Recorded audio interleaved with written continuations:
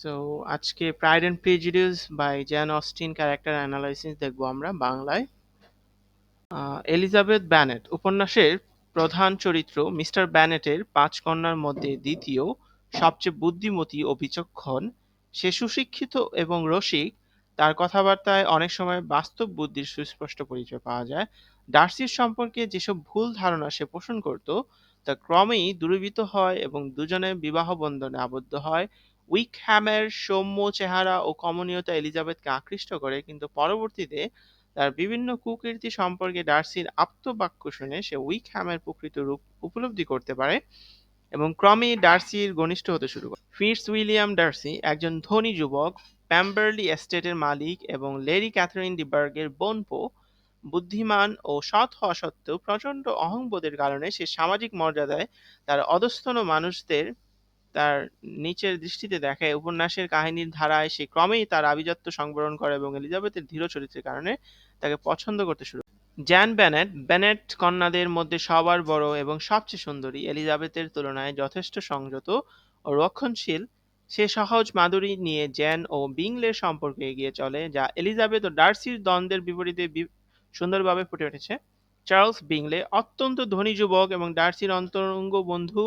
সে ব্যানেট পরিবারের আবাসস্থলের বাড়ির নিকটবর্তী নেদারফিল্ড এস্টেট ক্রয় করে এবং এই ঘটনায় উপন্যাসের কাহিনীকে ভিত্তি প্রদান করে। বিংলে বন্ধুবৎসল, সদা হাস্য উজ্জ্বল এবং তার মনে কখনোই কোনো দুরভিসন্ধি স্থান পায় না।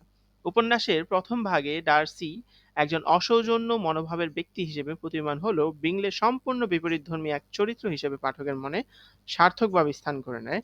মিস্টার ব্যানেট ব্যানেট পরিবারের কর্তা, মধ্যম আয়ের একজন ভদ্রলোক এবং পাঁচজন অবিবাহিত কন্যার পিতা।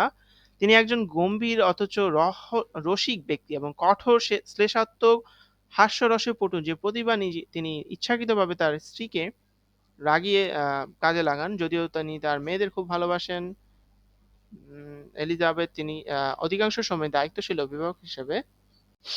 মিসেস ব্যানেট মিস্টার ব্যানেটের পত্নী একজন নির্বোধ বাচাল মহিলা। উপন্যাসের অন্যতম হাস্যকর চরিত্র। মেয়েদের বিয়ে দেওয়াই তার একমাত্র ধ্যান জ্ঞান। তার কাণ্ড জ্ঞানহীন এবং অনেক ক্ষেত্রে অনুচিত ব্যবহারের কারণে যেসব ব্যক্তিকে তিনি মেয়েদের পাত্র হিসেবে পছন্দ করেন তাদেরকে হাতছাড়া করেন এবং পরে হাহাকার করেন। উইকহ্যাম সুদর্শন ভাগ্য অন্বেষণে মত্ত সেনাবাহিনীর তরুণ কর্মকর্তা। লিডিয়া ব্যানেটকে নিয়ে পালিয়ে যায়। অনেক নাটকীয় ঘটনার পর উইকহ্যাম ও লিডিয়ার বিয়ে হয়। লিডিয়া ব্যানেট ব্যানেট কন্যাদের মধ্যে কনিষ্ঠ, গাল গল্প করতে পছন্দ করে, অপ্রাপ্তবয়স্ক, বোকা ও আত্মকেন্দ্রিক। এলিজাবেথের সম্পূর্ণ বিপরীত চরিত্রের অধিকারিণী। নাটকে লিডিয়া স্বতঃস্ফূর্তভাবে প্রেমের সম্পর্কে জড়িয়ে এবং শেষ পর্যন্ত উইকহ্যামের সাথে পালিয়ে। মিস্টার কলিন্স বাক্যবাগীশ ও হাস্যকর রকমের নির্বোধ ও একজন ধর্মযাজক। মিস্টার ব্যানেটের যাবতীয় সম্পত্তির একমাত্র উত্তরাধিকারী। তার সামাজিক মর্যাদা মোটেও উল্লেখযোগ্য নয়, কিন্তু লেডি ক্যাথরিন ডি বার্গ তার পৃষ্ঠপোষক। একথা সবাইকে বলে বেড়াতে তিনি খুবই পছন্দ করেন। এছাড়া তিনি অভিজাত ব্যক্তিদের যাচ্ছে তাই প্রশংসা ও চাটুকারিতা করেন। ক্যারোলিন চার্লস বিংলের বোন আপন সামাজিক মর্যাদা সম্পর্কে অত্যন্ত সচেতন। সে এলিজাবেথের মধ্যবিত্ত জীবনযাপন সম্পর্কে অতিরিক্ত অবজ্ঞা পোষণ করে। ডার্সির মনোযোগ আকর্ষণের জন্য তার ব্যর্থ চেষ্টা মূলত ডার্সিকে এলিজাবেথের প্রতি আরও বেশি আকৃষ্ট করে তোলে। লেডি ক্যাথরিন ডি বার্গ একজন ধনী, কর্তৃত্বপ্রিয়, অভিজাত মহিলা। মিস্টার কলিন্সের রক্ষাকর্তা এবং সম্পর্কে ডার্সির চাচি। শ্রেণী বৈষম্যের প্রতিমূর্তি লেডি ক্যাথরিন বারবার মধ্যবিত্ত পরিবারের কন্যা এলিজাবেথকে তার সৎ বংশজাত বোনপো ডার্সি থেকে দূরে রাখার জন্য আদেশ করেন। মিস্টার ও মিসেস গার্ডিনার মিসেস ব্যানেটের ভাই ও তার স্ত্রী। মিস্টার ও মিসেস ব্যানেটের তুলনায় এই দম্পতি ব্যানেট কন্যাদের অধিক যত্নশীল, স্নেহশীল ও দায়িত্ববোধ সম্পন্ন অভিভাবক হিসেবে প্রতিপন্ন হয়। শার্লট লুকাস এলিজাবেথের অন্তরঙ্গ বন্ধু। শার্লট কখনোই বিয়ের ক্ষেত্রে প্রেম ভালোবাসাকে সর্বোচ্চ গুরুত্ব বলে মনে করে না। মিস্টার কলিন্সের তরফ থেকে বিয়ের প্রস্তাব পাওয়া মাত্রই সে গ্রহণ করে। জর্জিয়ানা ডার্সি ডার্সির বোন, অত্যন্ত রূপসী এবং লাজুক পিয়ানো বাদন পারদর্শী। মেরি ব্যানেট ব্যানেট বোনদের মধ্যে তৃতীয়, বইপ্রেমী এবং আচার সর্বস্ব। এই উপন্যাসের সবচেয়ে একঘেয়ে চরিত্র। ক্যাথরিন ব্যানেট ব্যানেট বোনদের মধ্যে চতুর্থ, লিডিয়ার মতোই সেনা সদস্যের মতো প্রতি বিমোহিত, কিটি নামেই বেশি পরিচিত।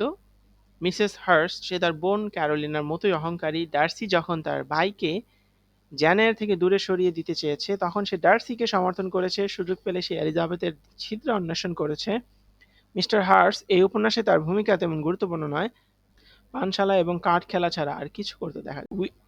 স্যার উইলিয়াম লুকাস ও লেডি লুকাস। স্যার উইলিয়াম ব্যবসা করেন, কিছু অর্থের মালিক হয়েছিলেন এবং নাইট উপাধি পেয়েছিলেন। তিনি কিছুটা দুর্বল চেতা মানুষ এবং ধনীদের ঐশ্বর্য দেখলে অভিভূত হতেন। লেডি লুকাসকে মিসেস ব্যানার্ডের তুলনায় খুব একটা বুদ্ধিমতী বলা চলে না। শার্লট কলিন্সকে বিয়ে করার পর তিনি মনে করেন তিনি মিসেস ব্যানেটকে হারিয়ে দিয়েছেন। মিসেস ফিলিপস, তিনি মিসেস ব্যানেটের ছোট বোন। ম্যারিটনের স্বামীর সাথে বসবাস করতেন। মিস্টার ব্যানেটের মেয়েরা সময় সুযোগ পেলেই তার বাসায় বেড়াতে যেত। কর্নেল ফিটজউইলিয়াম, তিনি একজন লর্ডের কনিষ্ঠ সন্তান এবং ডার্সির জ্ঞাতি ভাই। মানুষ হিসেবে ভদ্র ও গ্রহণযোগ্য, তবে নিজ সামাজিক মর্যাদা সম্বন্ধে সচেতন। এলিজাবেথের সাথে তার একটা বন্ধুত্বপূর্ণ সম্পর্ক গড়ে উঠেছে। কর্নেল ফস্টার, এই উপন্যাসে এই সেনা কর্মকর্তার কোনো সংলাপ নেই। লিডিয়া তার স্ত্রীর বান্ধবী। ব্রাইটনে তার বাসা থেকে লিডিয়া উইকহ্যামের সাথে পালিয়ে যায়। অবশ্য এরপর তিনি ব্যানেট পরিবারের পাশে দাঁড়ানোর চেষ্টা করেন। মিসেস রেনল্ডস, ডার্সি পরিবারের মালিকানাধীন প্যাম্বারলি হাউসের হাউসকিপার।